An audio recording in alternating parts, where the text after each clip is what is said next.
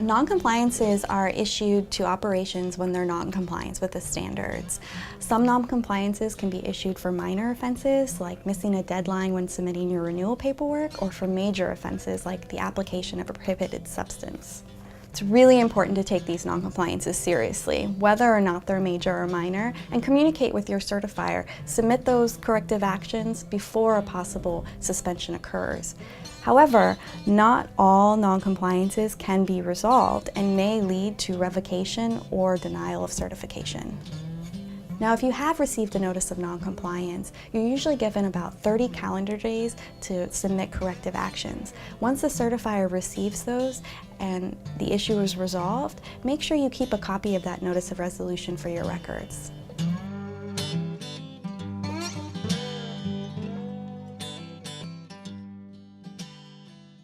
If for any reason a farmer is not complying with some of the organic certification requirements, they will usually receive some kind of a request for information or clarification or something. And if it's not taken care of either appropriately or timely, you will receive a notice of non-compliance.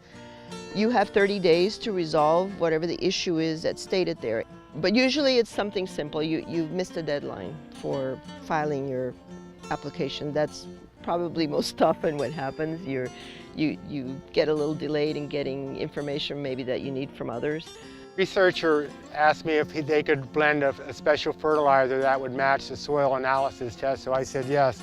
They got the fertilizer they wanted, and they brought it over, and they had it blended over at a Florida fertilizer manufacturer.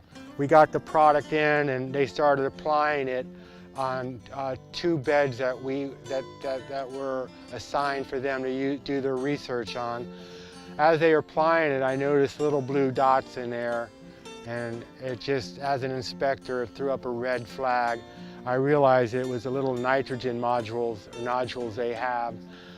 I stopped everybody from spreading it, and I told everybody, I said, listen, there's something in this fertilizer that's a contaminant, I think, and there was like 3 or 4 guys. They go, don't worry about it. And I said, no, I am worried about it.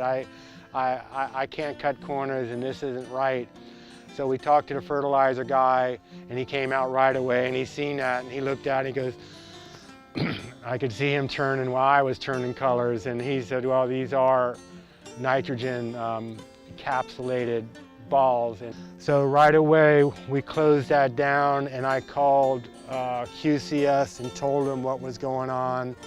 I was very honest with them, and they asked me how much was spread, and I said there was like 500 pounds spread between 2 beds, and they sent me a documentation afterwards saying that upon all the documentation reviewed and everything, that these beds were now contaminated, and we would have to take them out of production for 3 years. So those 3 years passed very quickly before we got those beds recertified again. But you have to be very, very careful. There's a lot of people tell you, oh yeah, this is organic, and it's not really organic. Sometimes, for example, in our family operations, the barns, we'll have storage for the organic farm chemicals, but then also there may be home lawn and garden chemicals that are right there for the homeowner as well too.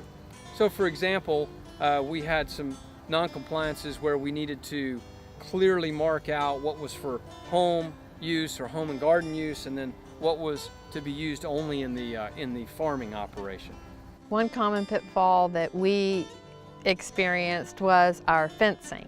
It was made with pressure-treated wood. So we had to take out some of our plants so that we could give ourselves a large enough buffer zone so that the fence was actually on the outside portion of the buffer zone. And some fencing we've replaced with wire.